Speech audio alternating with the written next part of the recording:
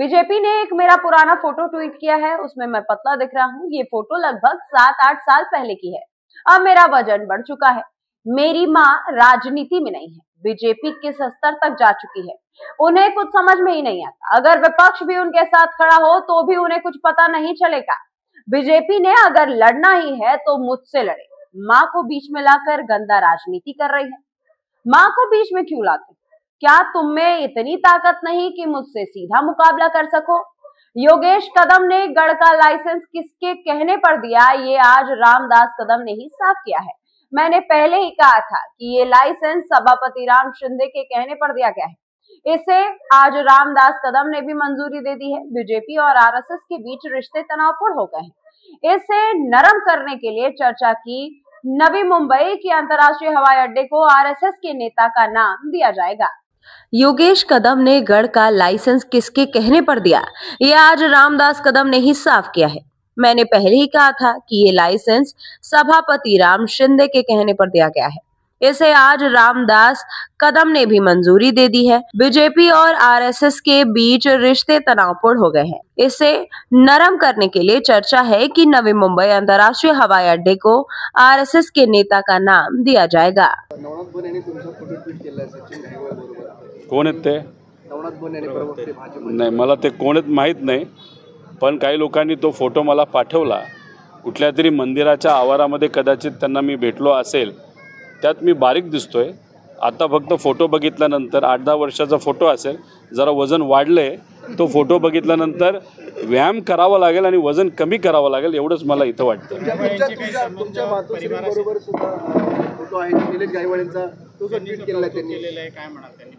हे बघा, माझी आई राजकारणात नाही। इथं आली, इथला विरोधक पण तिच्याजवळ उभा राहिला तर कदाचित तिला कळणार नाही की तो विरोधक आहे का कोण आहे।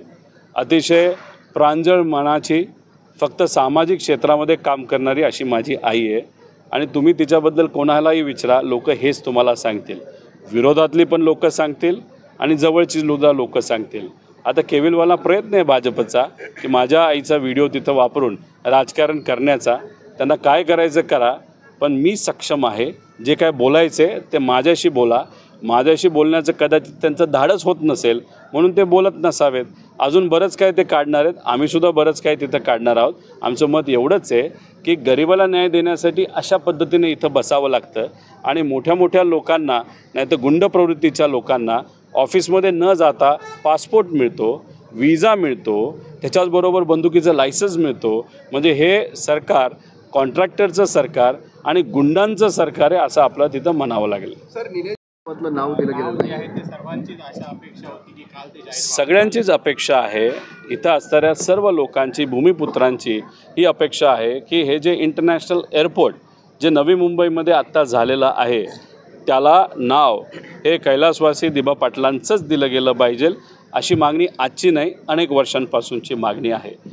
आता काल आमची सगळ्यांची अपेक्षा होती की गोवा एअरपोर्टचं उद्घाटन होत असताना ज्या पद्धतीने नरेंद्र मोदी साहेबांनी भाषणामध्ये सांगितलं की या एअरपोर्टचं नाव हे आपण पर्रिकर यांच्या नावाली आपण तिथं देऊया, आम्ही त्याचं स्वागतही करतो। मग काल भाषण जे नरेंद्र मोदी साहेबांचं होत होतं नवी मुंबई एअरपोर्टच्या बाबतीत, आमची अपेक्षा एवढीच होती, गोव्यात जे तुम्ही केलं तेच तुम्ही नवी मुंबईत सुद्धा केलं असतं।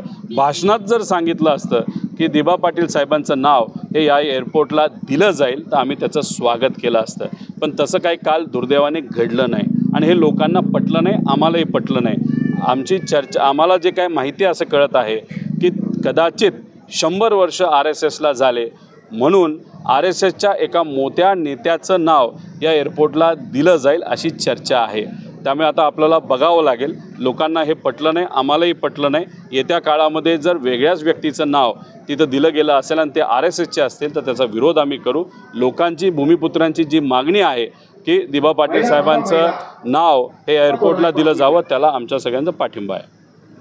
गायवळ आणि योगेश कदमांचा थेट संबंध दिसून येत नाही। योगेश कदमांनी असं का केलं असावं की एवढं आउट ऑफ वे जाऊन? आज कुठेतरी ऐकल्यासारखं मला वाटतं योगेशजी कदम यांच्या वडिलांनीच सांगितलेलं आहे, विधिमंडळामध्ये जे सगळ्यात मोठ्या पदावर बसणारा एक व्यक्ती, ज्याचे सर्व मंत्री ऐकतात, आमदार ऐकतात, अशा व्यक्तींनी योगेशजी कदम यांच्यावर प्रेशर आणणं आणि मग त्यांनी तिथं सही केली. मग असा व्यक्ती कोण? तर अधिवेशनामध्ये नाहीतर त्या विधिमंडळामध्ये सगळ्यात मोठं पद जर कुठलं असेल तर ते सभापती हे पद आहे. आणि आज सभापती कोण आहेत? तर राम शिंदे सर आहेत. मग राम शिंदे सरांबरोबर निलेश गायवळचा संबंध हे जग जाहीर आहे. त्यांचा प्रचारसुद्धा निलेश गायवळनी तिथं केलेला आहे. मग योगेश कदम यांचे वडीलच जर म्हणत असेल की राम शिंदेंनीच प्रेशर केलं तर मग आता ह्याच्यात इन्व्हेस्टिगेशन करण्याची जरूरत आहे. जी मीडिया टुडे के लिए पनवेल से मनोज भिंगाडेर की रिपोर्ट। फिलहाल इस खबर में इतना ही। बने रहिए हमारे साथ, देखते रहिए जी मीडिया टुडे। नमस्कार।